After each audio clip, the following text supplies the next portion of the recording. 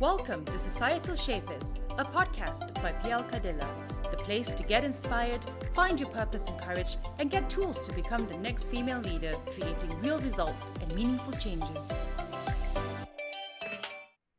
Hi, welcome to the next episode of the Societal Shapers.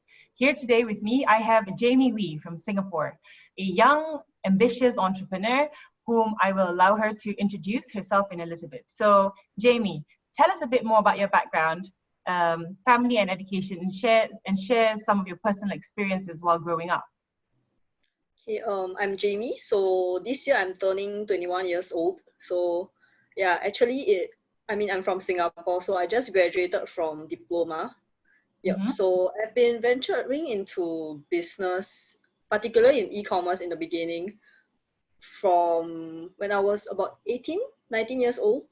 Yeah, so for my family side of things, right, when I wanted to venture into business or, explore the business world in terms of marketing, advertising, there was a lot of objections.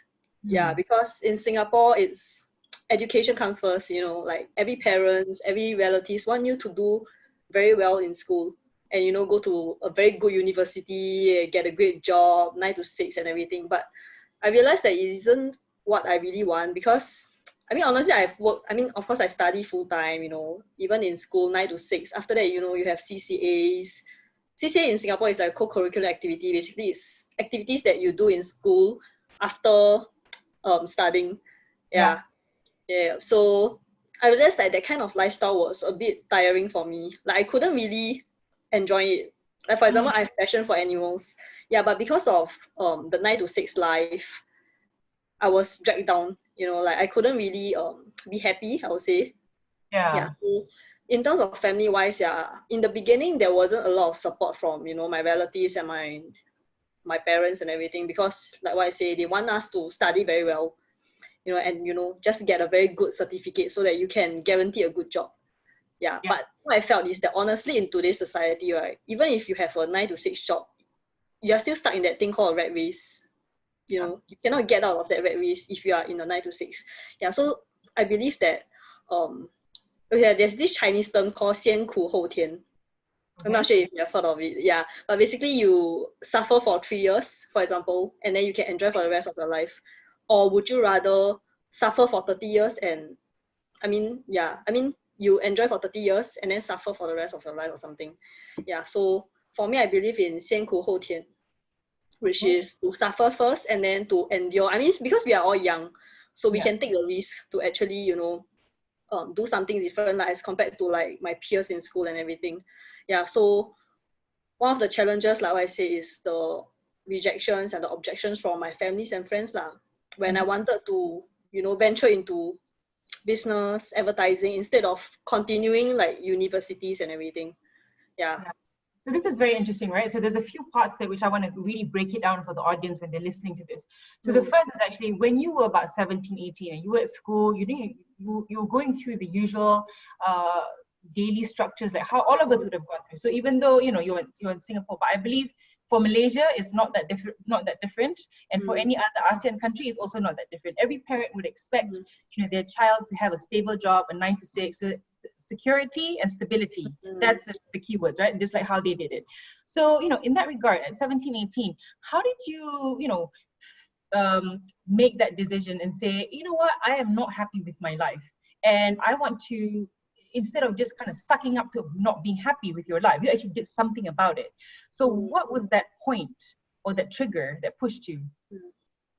Initially, I started, because I was in poly. So in Singapore, poly is 3 years. So actually, in the first year of school, I wanted to do something outside of school. Because in school, I wasn't really contributing much. Like I feel that, education is important, but what's the point of getting a very good grades, but if my experience is very lacking? Yeah. But where did you get that realization? Who were your influences? Were you watching people online? Were there inspirational role models that you looked up to? Honestly, I don't have any role models at that time. Yeah. So why did I even venture into outside? It's just I just suddenly, I don't know why actually. I just suddenly grew out of it. Yeah. Maybe because my parents, although they are not active. What about your friends?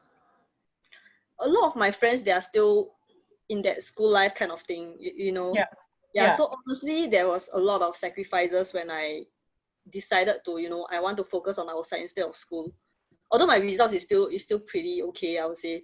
Yeah, but Mhm. then why did I decide to venture into business and all? I think ultimately is I just suddenly thought of like what should I do after secondary school? Like I couldn't find my purpose. So I Yeah. just wanted to take that first step to experience first. Yeah. Okay. I mean the first step is always the most important and the most crucial. Yeah. So Absolutely, right? mm, And the first step is usually the most frightening part of the journey. So as mm, you said, you had so much backlash, people were against it, your parents, didn't agree with this decision. So how did you overcome that fear? I mean, my character is quite. The more you tell me not to do, the more I will do it. Yeah. So yeah, I mean, probably a bit rebellious. Yes. Yeah. Yes. But basically, if because I believe that if you believe in something, then you will do it. If you Mm-hmm. believe in what other people say, right, then what's the point of living your life? You know, might as well just be a follower and everything. Yeah. So for me, I didn't really want to. Like, I want to live my own life, lah. Yeah. Yeah. And Since what young about when like I started. your friends or people who were surrounding you, right? Were Mm, you kind of like uh left behind in terms of because you were not like your typical peers, so you wanted to venture into business, you wanted to have a life that you could explore and see what that would look like on your mm, own, and then all your friends were still going through their usual normal routine. So mm. how did that make you fit in, or rather fit out? Okay, I'm still friends with my classmates and everything, Mm-hmm. but of course we are not as close as compared to the business partners that I have outside, the friends that I meet outside. Yeah, because so like what I say, honestly, for friends wise in school, I have to make like quite a lot of sacrifices, like even in relationship wise and everything. I did make sacrifices in order to obtain what I wanted at that point of What time. kind Maybe of it's sacrifices? um when I first started, it was I would say more of relationship, as in friends wise and even like boy girl relationship. Mm-hmm. Yeah, because I was determined to I want to earn money, Yeah. for my family and even for myself. I want to grow myself as an individual. Mm-hmm. But then during that time, I would say the relationship or even the friendships that I have, some of them may not be as supportive. Like they do not understand why am I doing it. So how Yeah. do you deal with that? Did you tell them? Did you explain to them? Honestly, even if I did explain to them, but then it doesn't really come to like common senses. Yeah, Mm-hmm. because different people have different goals in life. Maybe for me now is to I want to have a good career and everything. But then my friends can be like, oh, I mean, I'm just looking for something comfortable because I still have my parents that I can, it's like they can just depend on their parents now. I mean, I can depend on my parents also, but then whether or not I want to do it at this Mm. period, it's another thing. Yeah, so actually, I mean, I did tell my past relationship that this is what I want now. But if you and I, we don't have the common goal, you don't see the same thing that I do, then of course it's not gonna work out lah. Yeah. So that was one sacrifices that I had to make while I Yeah. was studying and balancing work at the same time and also in a relationship and all. Yeah.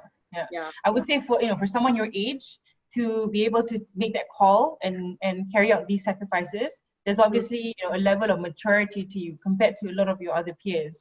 mm, Speaking to a lot of other younger people in today, a lot of them are still at that stage of figuring out what is my purpose, what do I want to do with it. So, but instead of kind of like just going for it and obviously falling and facing challenges and barriers as they go along, they yeah. rather just kind of hang where it's comfortable, right? Mm, So it's neither here nor there. Let me just stay here, and then hopefully something kind of happens to me that will push me to the edge, and then push me in the direction that I should be in, rather than like going. So following I the like flow and everything. Yeah. exactly. So I really like it that the fact that you're a go-getter, and I think that's a very strong message that people, especially young female talent who aspire to become female leaders, need to know at a very young age. These are the characteristics that you need to nurture and build within yourself, just as a person. You don't have to have it all figured out. You don't have to know what that is, right? You have to trust in the journey, but you must proactively propel yourself forward. And I think that's the key, and that's how come you're so successful today. So having said that, your business partners, are they as young as you, or are they more mature? Yeah, they are honestly way mature than me. I mean, They're older, yeah? some of them are still in their late 20s. Okay. Yeah, so I wouldn't say they are very old, but it's like the mid age, I would say. Yeah, so they actually but honestly, a lot of my partners are males. So that time when we talk about feminism and everything, it came to sense that, like, not a lot of females are actually given the same opportunity, I would say. Yeah. Exactly. Yeah. So you mentioned, like, people who are listening into this podcast, right? They're probably wondering, how did you first break away from the circle that you're in? Because for a lot of people, it's not so easy to break away from their current circle. They need to, meet people. They need to be able to be introduced, or their network needs to be big. And how at that young age were you able to break away from that circle, meet these new people, eventually your business partners, and then how did you convince them for them to make you a business partner? I think one most important thing is your mindset. So, are you willing to change? If your answer is still no, then of course it's probably not going to work out for you. Like, even if opportunity hits your door, but you're not going to grab it because you're not willing to change your current lifestyle. Maybe you are partying every day, you are drinking every day, you are like watching Netflix every day. But if you're not even willing to change that habit of yours, bad habit, I would say, then of course, even if opportunity came, it's not going to work out. Yeah, so I would say most importantly is the mindset. I started off with reading some books. Okay, for me, I'm not really a book person, but then I started off with like reading books first, and then video. What is your top three, or maybe the one book that you would recommend people to read? The first business book I would say that I read was Rich Dad Poor Dad. Yeah, so it teaches me about like how the rich thinks, how the poor thinks, and everything. Yeah, so That's great. You know why? You know why I laugh? Is because that was also my book that basically propelled me into, starting this whole entire journey or whatever on my own, right? Becoming an entrepreneur, starting out just, leaving the Central Bank of Malaysia because I wanted to do something on my own. So even from a young age, and you can imagine how impactful this book, Rich Dad Poor Dad, was, because between you and I think we have like a 2-decade generation gap. So, for people who are listening, and if you think, oh, what book should I start with? Rich Dad Poor Dad is a classic. And you guys can start reading that, exactly, by Robert Kiyosaki, and then hopefully that will spark something in you. And going back to the question which I was asking about, how did you meet your business partners? It was through online, actually. Wow. Okay. Yeah, because I was looking for what are the ways that I can source for an income, actually. Yeah, and that's why I came across, actually e-commerce online, it's the trend, which I mean, because I shop a lot. Yeah, so I know that e-commerce is definitely going to be something that is going to grow. Yeah, that's how Alibaba, Amazon, all of them did it in the past. So you went online and you started getting to know people, and then those included your business partners. So this company that you are part of, is it a company that you started together, or was it a company that you joined? I was consider our current company is more of like a digital transformation agency. So we started recently only. Okay. Yeah. So you actually you built this company from scratch together with your partners. There's a total of 5 co-founders. Okay. Yeah. But then I'm more of like a partnership with them. Okay. Because all of us met in the previous, I won't say it's a previous company, it's still our main company that we are currently working in. Yeah. Okay. So that's how we actually met each other. And then they decided to, open their own agency. Yeah. So I took on a role more on events management, marketing, and all. Yeah. Okay. So you're quite versatile in your skill sets, right? So you're very passionate about youth empowerment, correct? Yeah. So what makes you passionate about youth empowerment, and what is a backstory on this? One thing is because I started off, like I say, when I was 18 years old. I didn't know what I wanted to do. Yeah, I just know that, I want to do something that's related to business because it adds value to the people around me and even the society. Like, that's what I believe in, I can actually give, like give talks, provide my knowledge and share with people. basically giving back to the society lah. Yeah, so I found out that a lot of youths nowadays, they have a hard time finding the purpose. Even for me, although, you know, I kind of know what's my purpose, but it may not be the main thing, you know, may not be the main purpose. Yeah, so what's important is to be willing to learn and everything. Yeah, so for me, I'm very willing to learn and to venture into different business opportunities, which I believe that a lot of youths nowadays, they should have that kind of mentality. You know, instead of maybe a job that pays you like 3K or 2K, why not you look for a job that, you know, maybe you don't earn anything yet, but then it helps you to build the experience from scratch. Because I mean, since you are young, you have the time to actually spare, you know, unless your family situation is extremely bad, then of course it's better if you get a part-time job or something.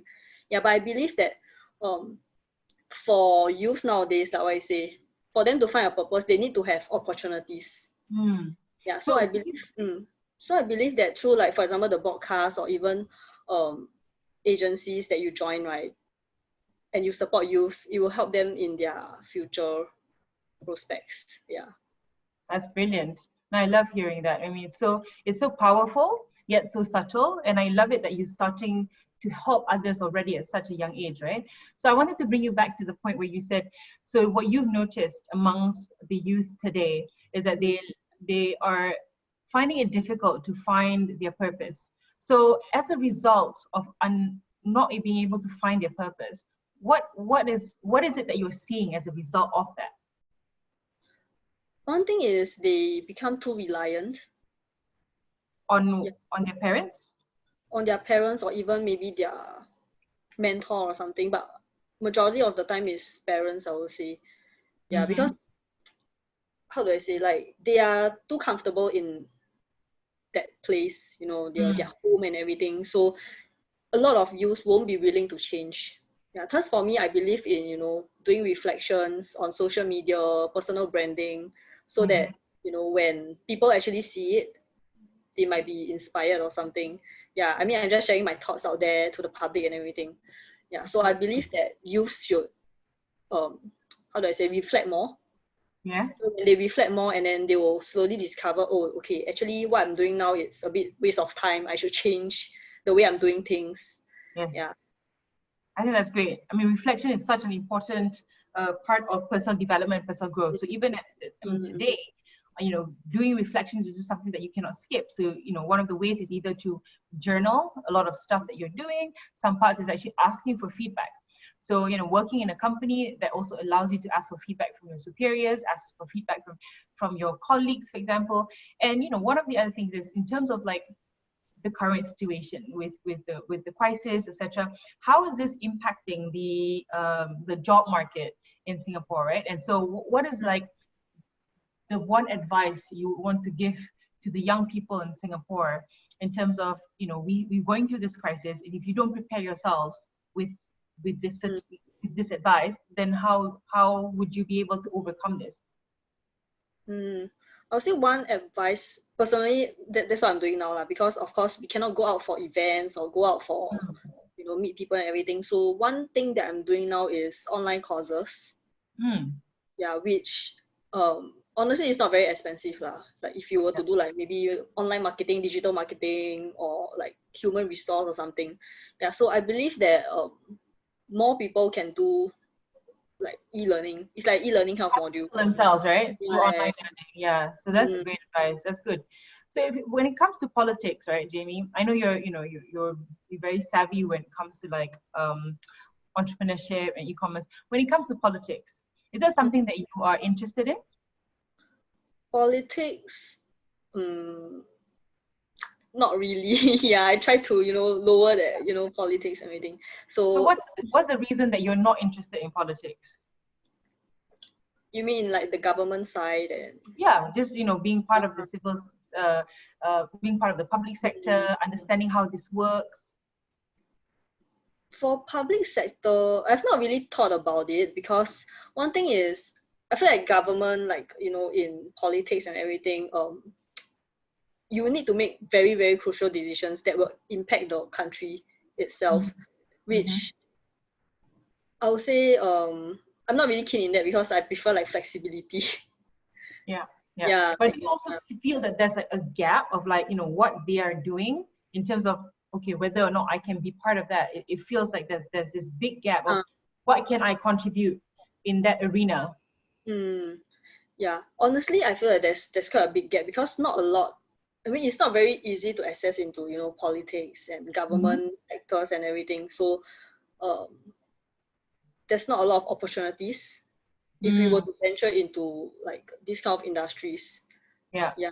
So that's an interesting part, right? Because I think for, and not just for Singapore, but across the world, in fact, there's not that many pathways for people who wants to actually contribute back to society by being part of the public sector or by being part of the government, right? So in order for you to be part of the government, usually, you know, the career starts with politics, and then you become an elected official leader, etc. And I think that's the gap between the young people and what's currently happening in the government sector. So this particular interview is to also understand from a young person's perspective, a young female, talented and successful perspective, you know, then it is also understanding that it's a waste of talent, that none of these talent, like people like you, are being fed into the system of being able to be nurtured as a young female talent within the public sector space.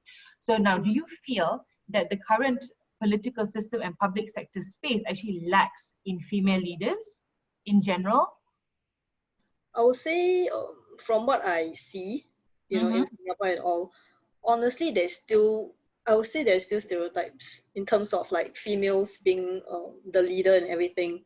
Yeah, honestly, there's pros and cons lah, to be a guy and to be a female in leading like the country and everything. So I feel that there is still a lack of female participations and women taking up leadership positions, especially in the politics and government sector. Yeah, and I think Singapore is one of the countries that have done very well, especially in this region, right? For a very small country, obviously it's a small country. The president and all of the ministers, they have the qualifications, they have the intellectual capacity, and therefore that's why they are in those positions. But in many countries, we don't have this. So because of the gender biasness as well, so we have more male within the leadership positions, and they are there because just by virtue of being a male, so then therefore that person might not be the best person to be in that specific role. And so that's what's lacking, right? So because a lot of the social injustices that we see today, so I know you are passionate about youth empowerment. I want to bring it back to social injustices and youth empowerment. So in terms of just, looking around at your network and seeing how, a lot of youth kind of like don't have a purpose today, but what are the other more dire, I would say, social injustices or things that's happening within the youth? Maybe it can be some form of addiction. Maybe it can be some form of abuse, any of that sort that you've come across in your life. I'll say a lot of youth, I mean, some of my friends and all that I know of, they have their own secret, but they are not willing to share with, their friends or even their parents themselves, because one thing is they are scared of speaking out.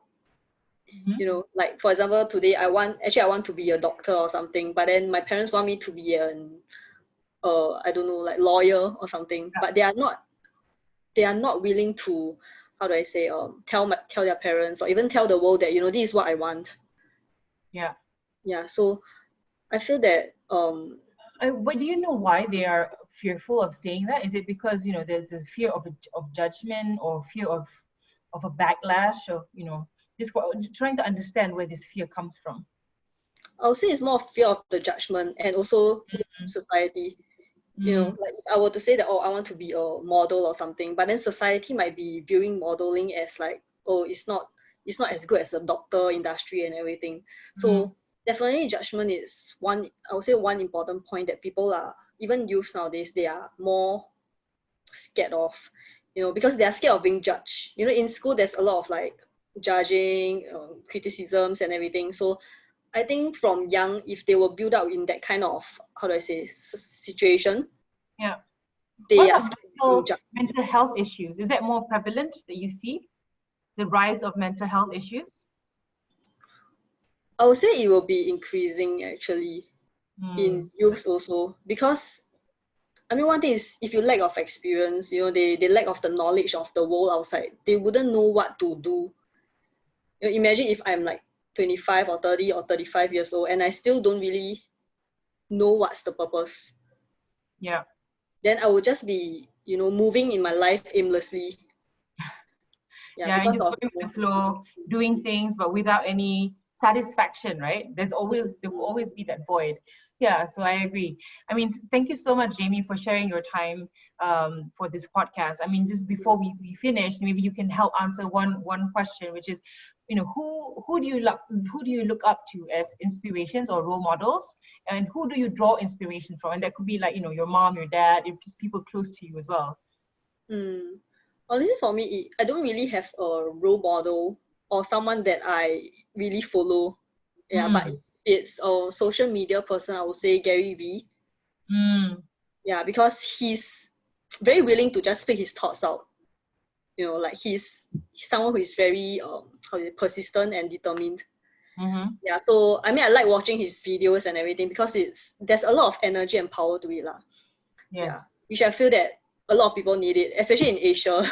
A lot of us are kept in this, we are very shy. We don't really dare to speak up and everything. So he's someone that I really look up to because of his willingness to just speak up his mind and That's great. Yeah, so I think the three I watched Gary Vee as well amongst the many others whom I seek to find inspiration from.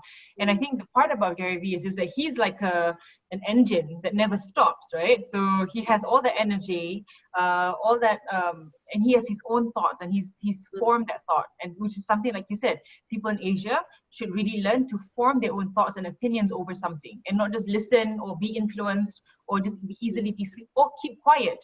That's what a lot of Asians do, right?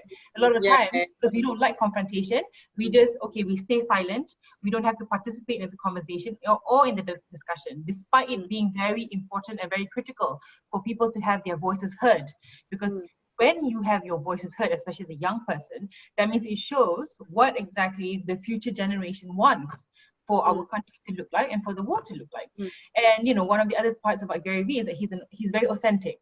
He speaks his mind. He speaks about what he wants and how he thinks the world will change, etc. But that's all an opinion. Everybody's entitled to their opinion. The point is, are you brave enough? Are you courageous enough? Are you confident enough to articulate your message? And I think that's great, Jamie, that you find inspiration for people like that. But I wished you had someone locally or from Asia or an Asian person whom you also be able to draw some inspiration from.